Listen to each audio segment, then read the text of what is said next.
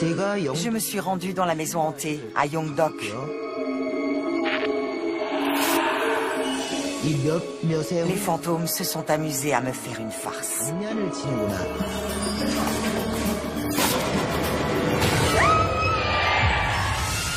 J'adore ce genre d'histoire, les histoires de fantômes. Beaucoup de gens ont été torturés, beaucoup sont morts. On a entendu une voix. Les histoires sur des endroits soi-disant interdits, déconseillés. Je ne suis pas un chasseur de fantômes. Les peurs, les superstitions cachent toujours une autre histoire. Une histoire vraie.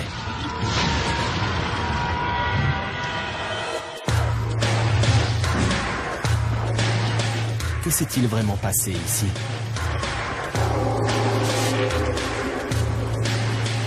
Si vous le saviez, entreriez-vous quand même?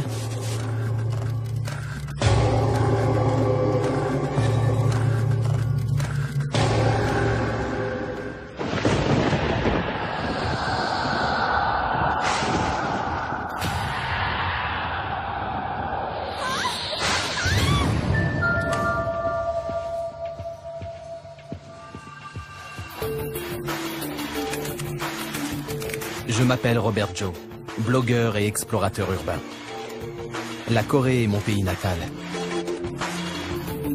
Récemment, j'ai entendu toute une collection d'histoires de fantômes associées à une maison abandonnée, dans un petit village de pêche de la côte de la Corée du Sud.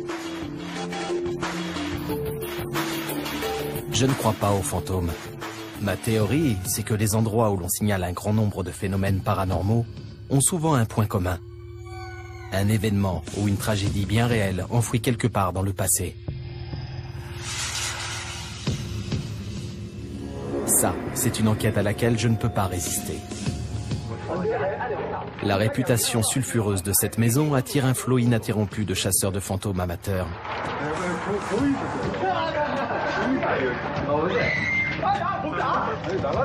Allez les gars, allons-nous-en. Je veux savoir pourquoi. Je contacte une chamane, adepte des pratiques mystiques ancestrales, qui affirme avoir vu des fantômes dans la maison de Yongdok.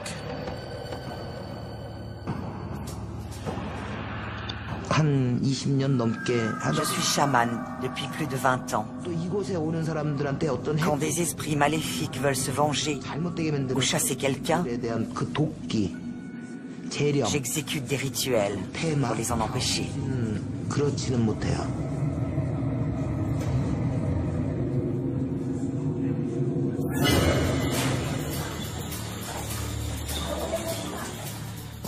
La télévision voulait tourner une émission sur des histoires inexplicables. J'ai été invité à venir témoigner.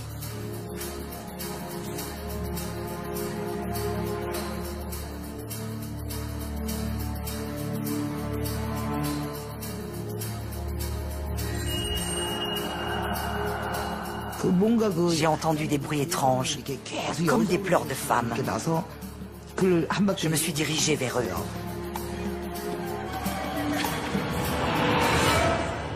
Ça m'a vraiment fait un choc.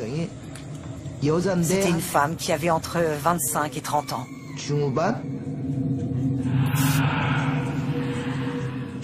La lassitude se lisait sur son visage, et ses yeux étaient si luisants qu'on distinguait à peine ses pupilles. Ils brillaient dans l'obscurité, comme ceux d'un animal. Je voyais qu'elle avait été victime d'une terrible injustice. Terrible.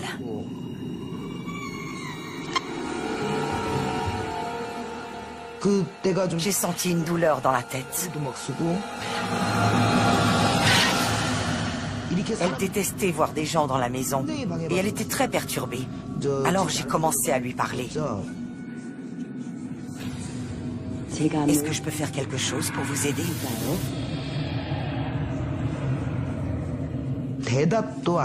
Mais elle n'a pas répondu.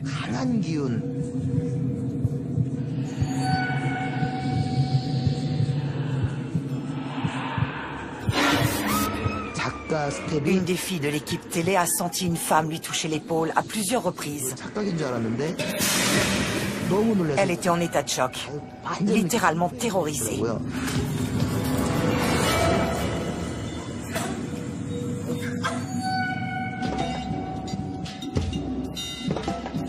Les rumeurs d'apparitions fantomatiques associées à la maison sur la colline sont nombreuses.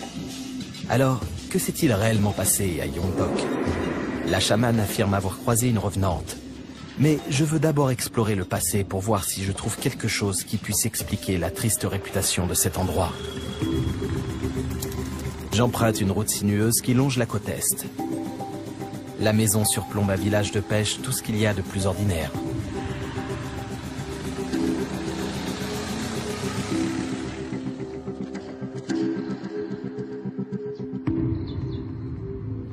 Je gravis la colline, en m'étonnant de ne pas croiser âme qui vive.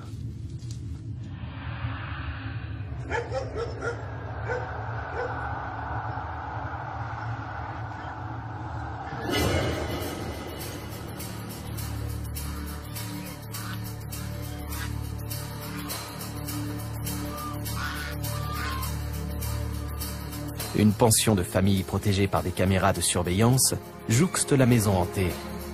C'est quand même un drôle d'endroit pour venir faire du tourisme.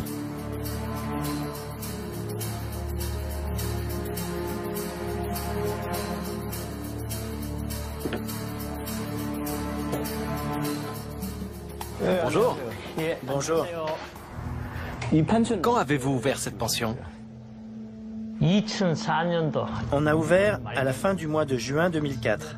Quand je suis arrivé ici, il n'y avait personne. Sans doute à cause des rumeurs de fantômes. Il n'y avait aucune habitation. C'était propre et l'air était frais. Alors j'ai décidé de m'y installer. Quelles sont les rumeurs au sujet de cette maison? On raconte qu'il y a une jeune fille qui s'est pendue là-bas. Avec toutes ces rumeurs, personne ne voulait habiter ici. Et on a pu acheter le terrain à bas prix. J'ai moi-même aidé à les répandre, mais ce ne sont que des rumeurs. Et j'ai eu la chance d'en profiter. Qu'elle repose sur des faits réels ou fasse simplement partie de la légende de la maison hantée, cette histoire de suicide ne reste pas moins une excellente source de revenus pour les voisins. Voici la maison de Yongdok. Je viens d'arriver. Je vais aller jeter un œil à l'intérieur. Quelqu'un a tagué une ligne de 4 là-haut. En coréen, c'est synonyme de mort.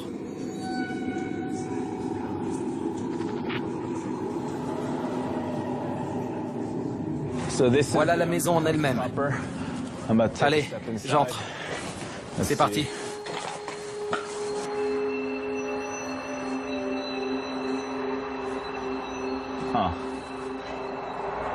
Ici, quelqu'un a écrit « Sérieusement, n'entrez pas ».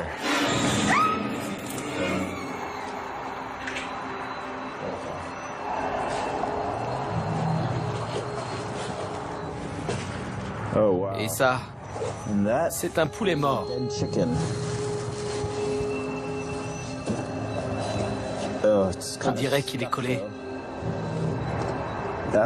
Ça a l'air assez récent. Je ne sais pas si ça veut dire qu'on a pratiqué un rituel. Ça a peut-être un rapport avec les chamans.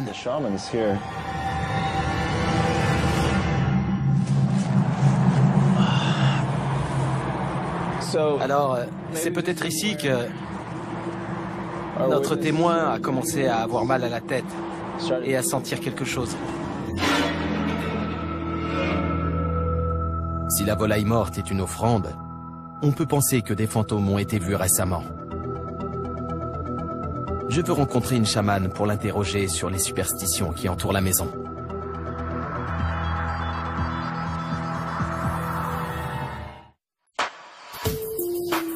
Je suis venu dans le village de Yongdok, sur la côte est de la Corée du Sud, pour enquêter sur une maison perchée sur une colline et considérée comme une des plus hantées du pays.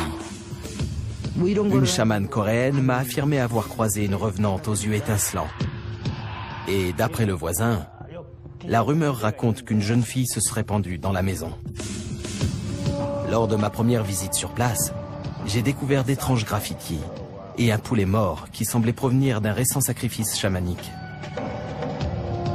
Je me demande si les chamans pourront me dire ce qui s'est passé ici.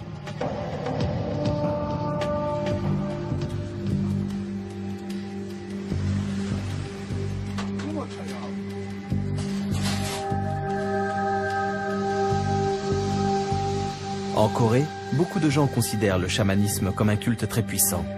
Et ils sont encore environ 300 000 à pratiquer les rites ancestraux, destinés à réconcilier les morts et les vivants. Les chamans eux-mêmes sont convaincus d'avoir encore un rôle important à jouer dans la société moderne. J'ai retrouvé la femme qui affirme s'être retrouvée nez à nez avec un fantôme dans la maison de Yongdok.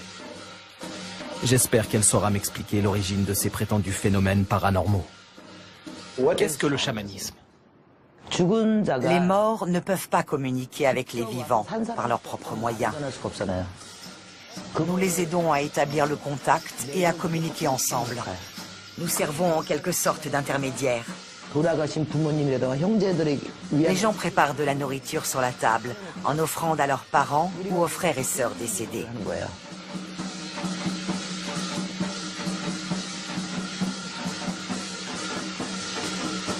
Le chamanisme a-t-il encore sa place en Corée? Il occupe un peu la même place que la piété filiale. En Corée, les gens pratiquent le confucianisme et rendent hommage aux ancêtres. Toutes ces croyances relèvent du chamanisme.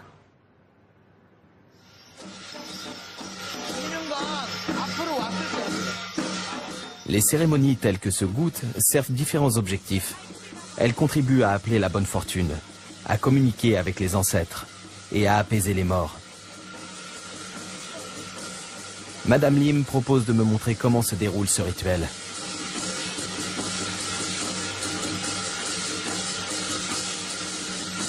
Elle m'explique que son corps devient un réceptacle utilisé par les morts pour entrer en contact avec les vivants. Puis elle se met à brandir des couteaux affûtés pour exhiber son pouvoir et son courage à d'éventuels esprits malfaisants.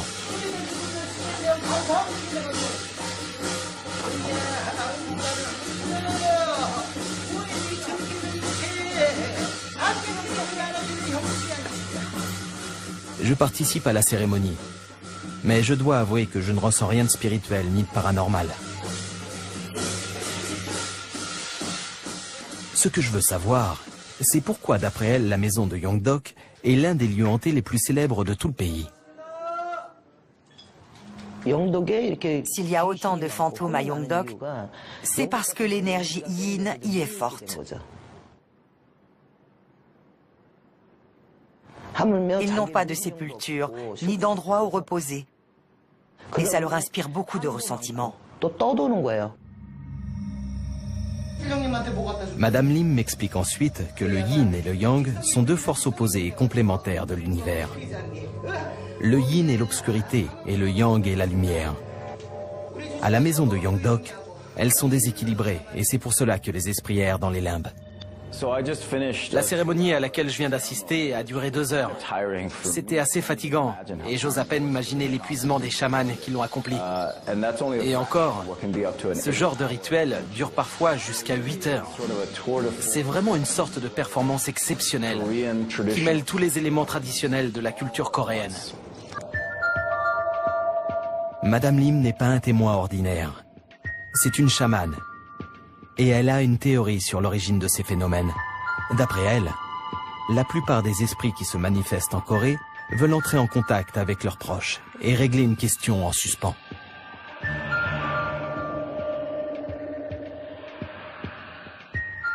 Qui vivait ici?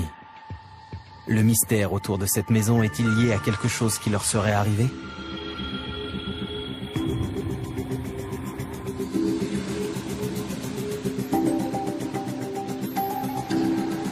Yongdok est un petit village de pêche. Et je suis sûr qu'en interrogeant les gens du coin, je ne tarderai pas à en apprendre plus sur les habitants de la maison et sur leur histoire. Excusez-moi. Bonjour. Je cherche des informations sur la maison hantée de Yongdok. La maison hantée de Yongdok? Oui. Il y a un homme qui s'appelle Han Do-jun et qui travaille là-bas, sur le port. Il pourra vous répondre. Han Do-jun? Oui. Merci.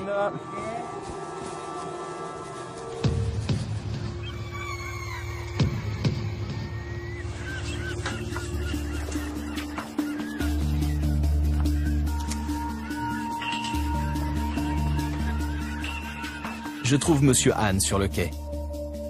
Monsieur Han, est-ce que vous pouvez me parler de la maison de Yongdok? Mon oncle a nettoyé le terrain lui-même et il a construit sa maison en haut de la colline.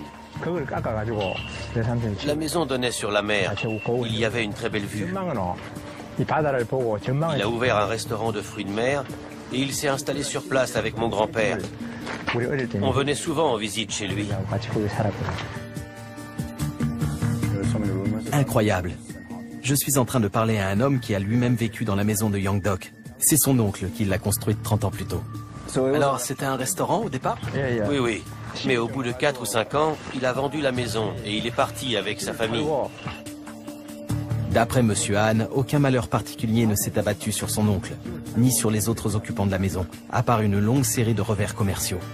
Le propriétaire suivant a loué le restaurant à de nouveaux gérants. Mais ils ont tous eu des problèmes avec cet établissement.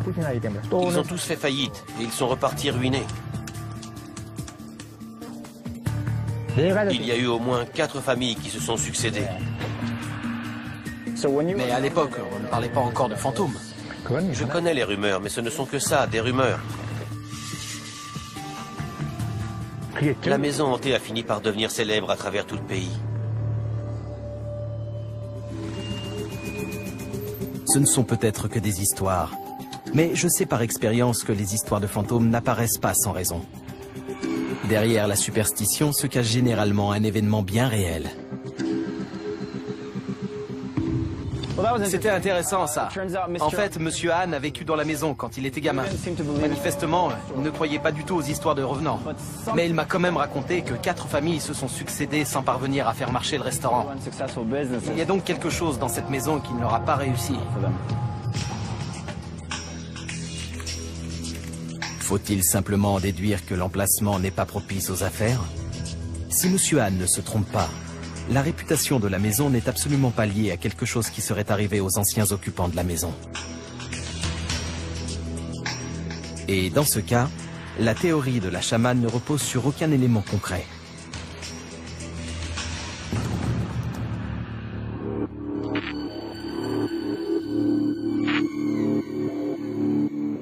Je décide de retourner à la maison pour essayer d'y découvrir d'autres indices. J'ai peut-être raté quelque chose la première fois.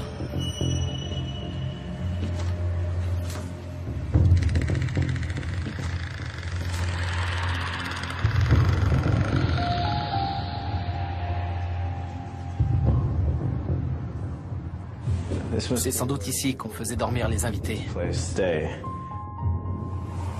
On comprend que des gens aient voulu construire leur maison ici. La vue est incroyable.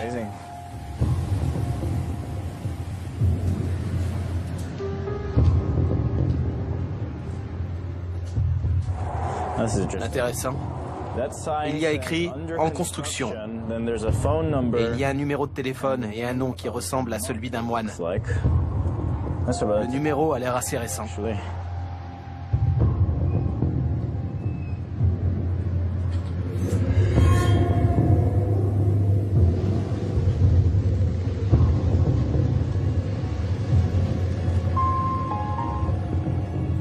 Je crois qu'on y est. La rumeur dit qu'il y a une jeune fille qui s'est suicidée ici. Elle s'est pendue.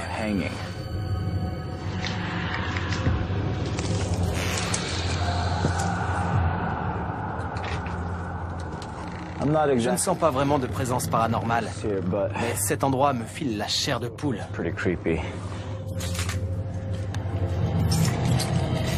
J'ai fait le tour des étages supérieurs, mais le secret se trouve peut-être plus bas. Il est temps de descendre au sous-sol. C'est sinistre. Tout indique que des gens ont dormi ici. On dirait une chambre de fortune. Ça y est, je suis au sous-sol. D'autres chasseurs de fantômes. J'entends des gens dehors. Je ne suis pas censé être ici. Je crois qu'il est temps de partir.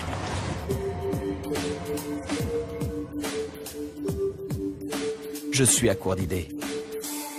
J'ai bien l'impression de me retrouver dans une impasse. Après avoir discuté avec une chamane qui affirmait que la maison était infestée d'amérantes, j'espérais trouver un lien tangible entre les anciens occupants des lieux et les phénomènes paranormaux. Mais d'après Monsieur Han, le neveu de l'homme qui a construit la maison, il n'y a aucun rapport. En désespoir de cause, j'appelle alors un numéro de téléphone que j'ai trouvé sur place. Il y a un numéro de téléphone et un nom qui ressemble à celui d'un moine.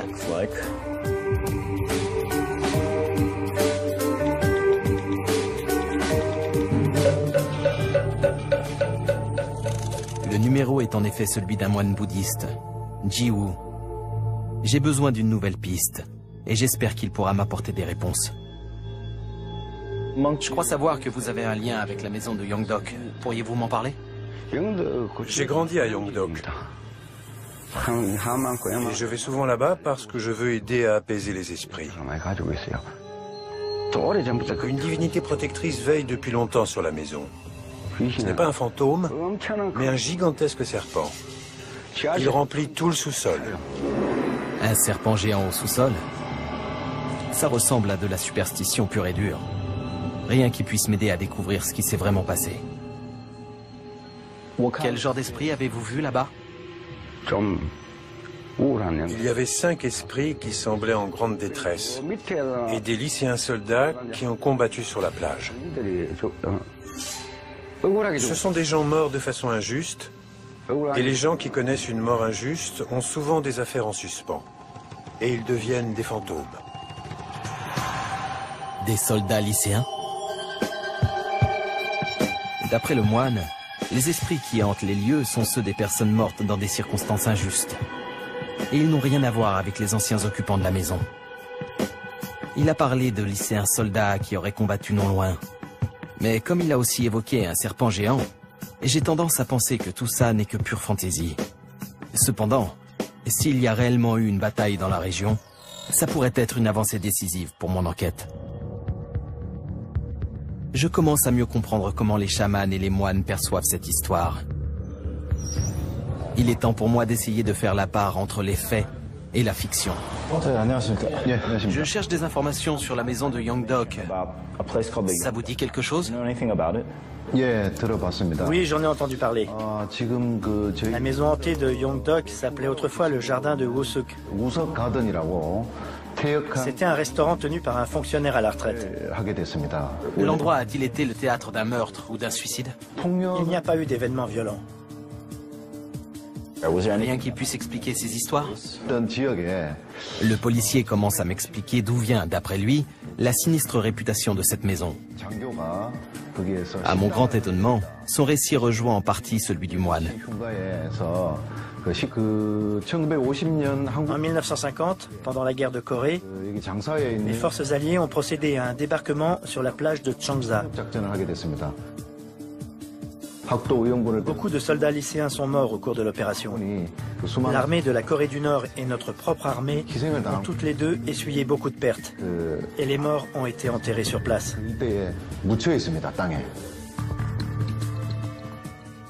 Je viens de parler avec un inspecteur, et malgré toutes les rumeurs qui entourent la maison, il ne semble pas y avoir de traces d'un meurtre, d'un suicide ou d'un quelconque épisode violent, sauf si on remonte à la guerre de Corée.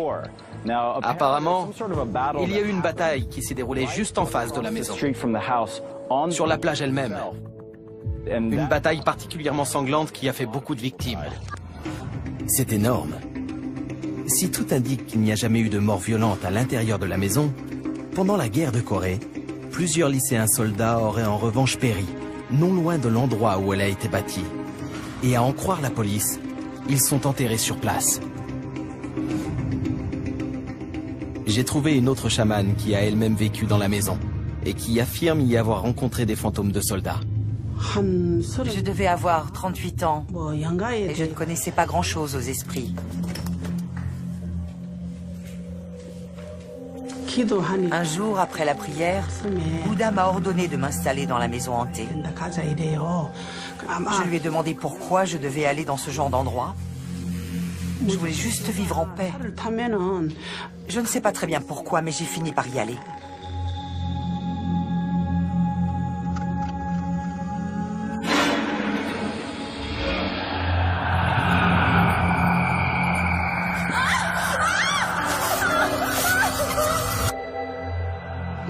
En entrant, j'ai vu des lycéens soldats qui ont promis de veiller sur moi et de me respecter.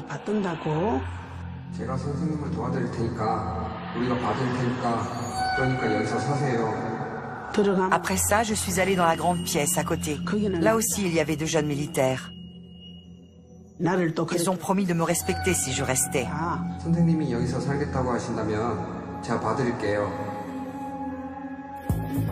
La chamane dit avoir vu les fantômes de lycéens soldats. Et le moine a fait allusion à des soldats et à des gens qui avaient connu une mort injuste. Mais quel genre d'armée enrôle des lycéens? J'ai essayé de retrouver la trace d'un drame familial qui se serait produit dans la célèbre maison hantée de Yongdok, mais j'ai fait chou blanc. Cependant, j'ai découvert une tragédie de plus grande ampleur qui n'a rien à voir avec la maison elle-même. Pendant la guerre de Corée, une bataille sanglante a eu lieu ici, sur la plage, au pied de la colline.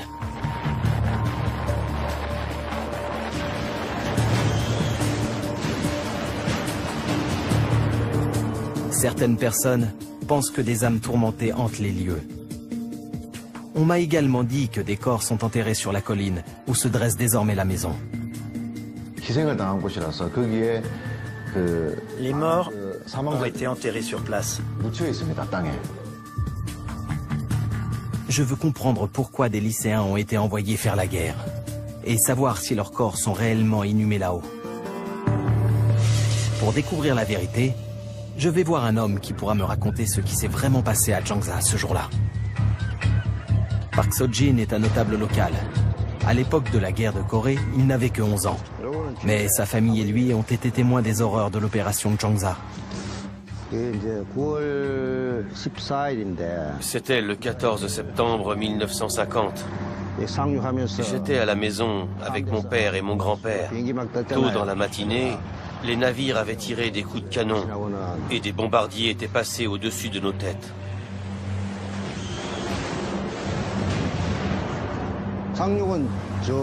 Le débarquement a eu lieu de l'autre côté de la colline, sur la plage de Jangsa.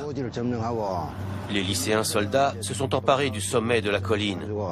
Et les troupes nord-coréennes ont couru en haut de cette autre colline, là-bas. Et ils couraient très très vite. Après avoir débarqué, les soldats ont aussitôt livré bataille. Ils ont essuyé une violente attaque ennemie. Quand les balles heurtaient les rochers, ça projetait une pluie d'étincelles. On aurait dit le bruit des haricots en train de frire. Ça faisait pop pop pop pop. Vous voyez? La bataille faisait rage. Les lycéens et les Nord-Coréens se tiraient dessus. On entendait des coups de feu partout dans les collines.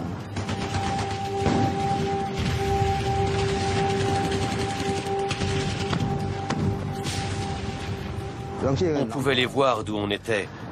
À l'époque, les arbres étaient rares. Il n'y avait pas de forêt. On voyait les gens se déplacer en rampant. Les soldats alliés ont été obligés d'enterrer temporairement leurs morts là-haut, juste en dessous de la maison hantée.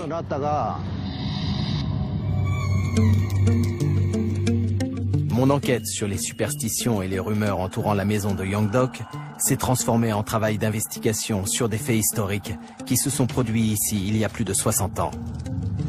Sur la colline où se dresse aujourd'hui la maison, une bataille s'est déroulée. Et d'après les habitants du coin, des lycéens morts au combat ont été enterrés sur place. Qui étaient ces jeunes soldats ? Contrairement à nos prévisions, ils ont occupé Séoul en 3 jours. Il ne s'agit plus ici d'une maison hantée, mais d'une guerre. La guerre de Corée, qui a divisé un pays en deux et fait plus de 2 millions de victimes. Pourquoi ces jeunes garçons portaient-ils l'uniforme? Étaient-ce des recrues ou des volontaires? Je prends contact avec le colonel Donald Booth, grand spécialiste de la guerre de Corée.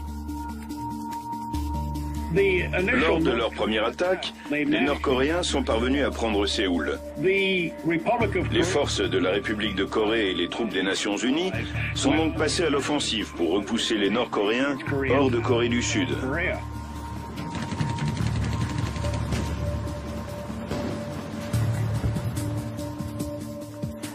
Le général MacArthur a décidé de débarquer à Incheon, sur la côte ouest, pour couper les lignes de communication nord-coréennes.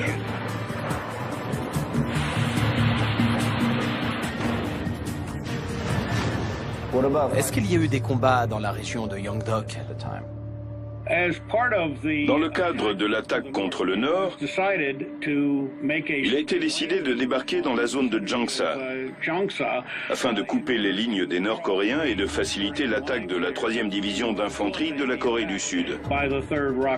C'était aussi une opération destinée à semer la confusion dans l'esprit de l'ennemi quant à l'endroit où aurait lieu l'attaque principale. L'opération était prévue exactement au même moment que le débarquement d'Incheon. Le chaos est souvent la norme en temps de guerre. Je veux savoir s'il est vrai que des lycéens ont été envoyés au combat. Les temps étaient très durs pour la République de Corée.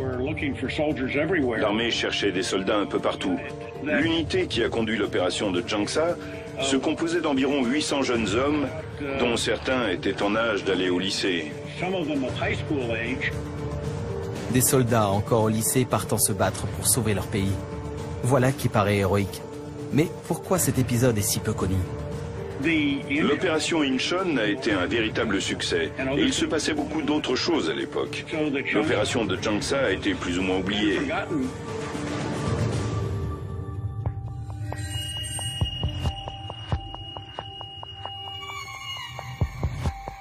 Dans les livres d'histoire, le débarquement désastreux de Jongsa près de la maison hantée de Yeongdeok est éclipsé par la bataille d'Incheon, une opération de grande envergure couronnée de succès qui a eu lieu le même jour sur la côte ouest de la Corée. J'ai pourtant réussi à retrouver un récit des événements de ce jour-là. Cet homme raconte que la veille, le sergent leur avait dit « Rentrez chez vous, reposez-vous et lisez 2 de vos livres préférés. On se voit demain à 8 heures. » Il y a beaucoup de petits détails comme ça qui donnent le sentiment qu'ils n'étaient pas du tout préparés quand ils ont été jetés dans la bataille. Il semblerait que certains d'entre eux soient encore en vie.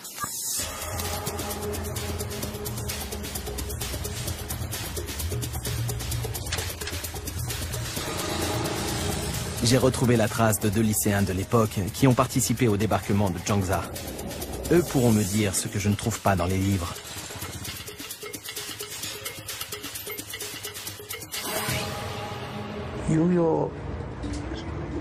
La guerre de Corée a éclaté soudainement.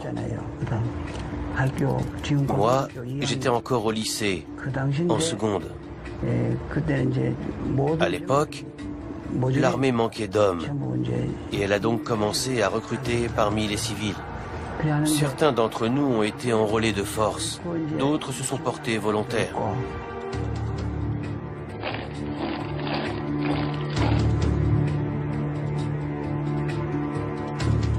Le 13 septembre, vers 15 h, on est monté à bord de la barge de débarquement.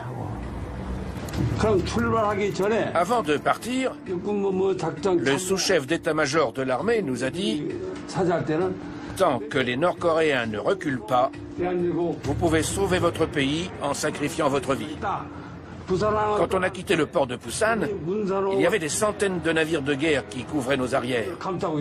On était très jeunes et on se prenait pour des héros.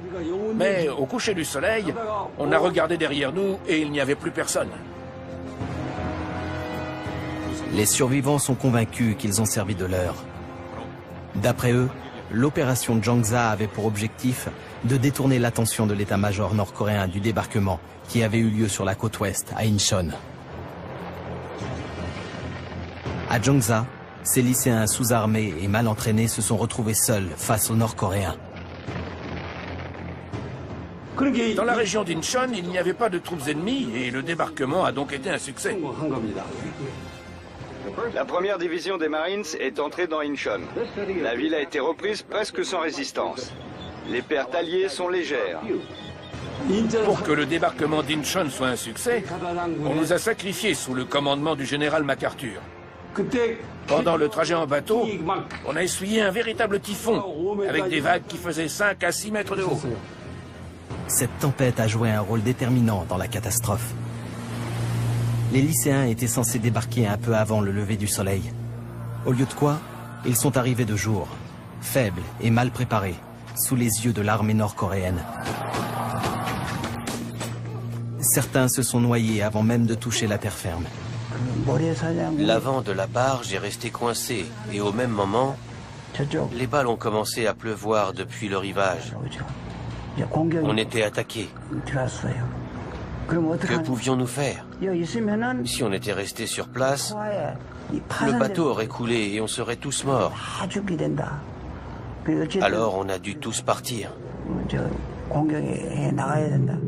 Mais la plage est totalement à découvert. Comment avez-vous fait? On a creusé le sable jusqu'à avoir les doigts en sang pour faire des trous et se cacher dedans. On s'est battu pendant environ 5 heures sur la plage. Nos armes avaient pris l'eau, si bien que les balles ne partaient pas. Tout ce qu'on avait pour se nourrir, c'était 3 sacs de poudre de céréales, tellement mouillée qu'elle était immangeable. Savez-vous combien il y a eu de morts ce jour-là? D'après ce que j'ai vu pendant qu'on battait en retraite, je dirais environ 300. Où sont-ils enterrés? Tout ce que nous savons, c'est que le chef du village a fait rassembler les corps pour les mettre en terre. D'après ce qu'on a entendu dire, il y aurait 90 personnes enterrées là-bas, en bas de la colline. On a demandé à l'armée d'exhumer les corps, mais on n'a pas eu de réponse. Tout est resté en l'état.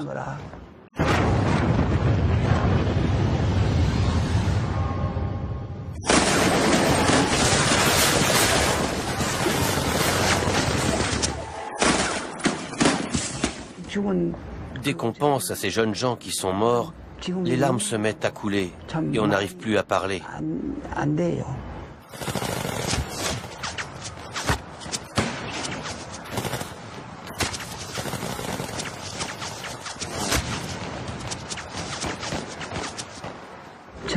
Ces garçons sont partis à la guerre et ils sont morts. Ils n'avaient pas de parents, pas de pays. On ne sait rien d'eux.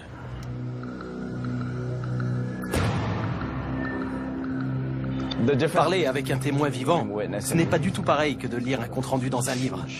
Il y a tous ces petits détails qui rendent le récit incroyablement vivant.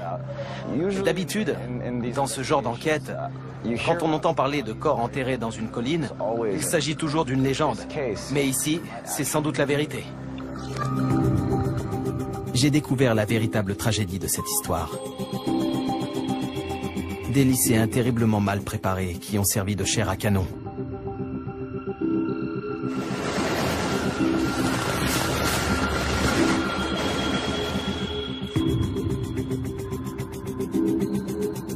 Ils n'avaient aucun moyen de mener à bien leur mission. Certains d'entre eux sont encore enterrés en haut de la colline de Yongdok. Pourquoi leurs corps n'ont-ils pas été réclamés?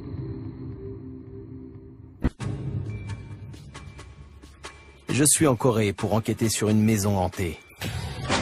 J'ai découvert que le plus intéressant dans cette histoire n'est pas la maison elle-même, mais les corps non réclamés qui reposent dessous. Ces corps, ce sont ceux de lycéens envoyés au combat, dans le cadre d'une tentative désespérée pour reprendre la Corée du Sud aux troupes communistes. Une opération connue sous le nom de débarquement de Jangsa. Le nombre exact de soldats tués pendant la bataille reste un mystère. Les survivants que j'ai rencontrés veulent en avoir le cœur net. Ils réclament l'exhumation de leurs anciens frères d'armes, encore enterrés sur la colline, où se dresse aujourd'hui la maison de Yongdok. Mais leur histoire ne s'arrête pas là. En tant que lycéens, ils n'étaient pas considérés comme des soldats. Il n'existe donc aucun document officiel avec la liste des combattants et les noms des victimes. Tout semble se liguer contre les vétérans. Et voilà la véritable histoire. C'est la colline et non pas la maison. Quelque part par ici, il y a de cela 63 ans, une énorme bataille a eu lieu. Des gens sont morts et ils reposent peut-être ici, même si je n'ai vu aucune trace de sépulture.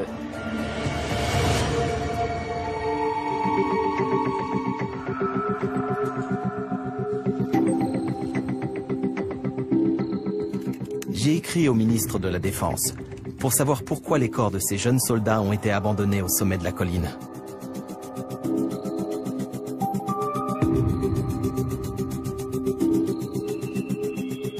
Mais le ministère n'a pas de position officielle et ne souhaite pas s'exprimer sur le sujet. C'est un endroit plutôt paisible pour le dernier repos. Mais les anciens combattants veulent obtenir la reconnaissance officielle de leurs souffrances et de leurs sacrifices. Il me semble que les corps devraient être transférés dans un cimetière militaire. Je crois qu'on ne saura jamais combien d'hommes sont enterrés ici. Plus mon enquête avance, et plus je comprends pourquoi les survivants sont encore hantés par les horreurs de la guerre. Ils sont convaincus que les autorités ne veulent pas exhumer les corps de leurs anciens frères d'armes. Lorsqu'ils ont participé au débarquement de Jangsa, ces lycéens ne faisaient pas officiellement partie de l'armée sud-coréenne. Les événements de cette journée ont été si traumatisants qu'ils ne peuvent en parler sans émotion.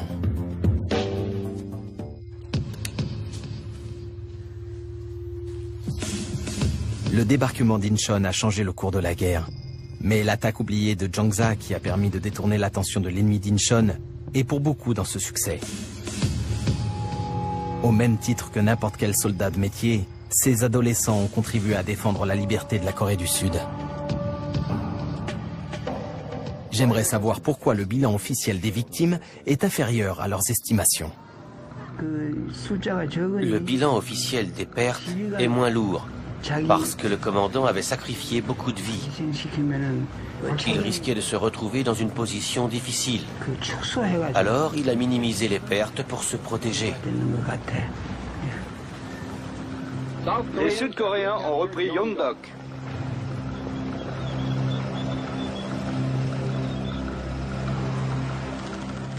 Après avoir tenu nos têtes de pont, nous passions maintenant à l'offensive. C'était le début de la fin de l'invasion communiste de la Corée du Sud.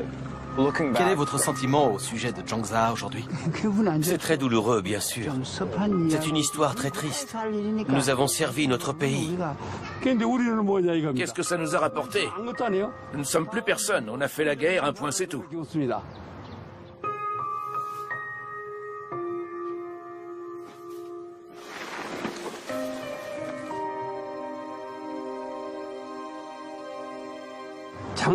Tout ce que nous voulons, c'est que l'État reconnaisse que nous avons participé au débarquement de Jangsa.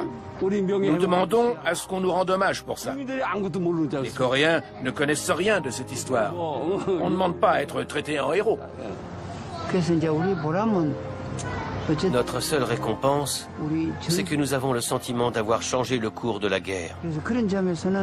Notre fierté est d'avoir réussi une telle chose et d'avoir sauvé la Corée du Sud. Séoul a été libérée après des combats de rue acharnés. Cette capitale, qui comptait autrefois une population d'1,5 million de personnes, a terriblement souffert pendant cette brève période sous le joug communiste.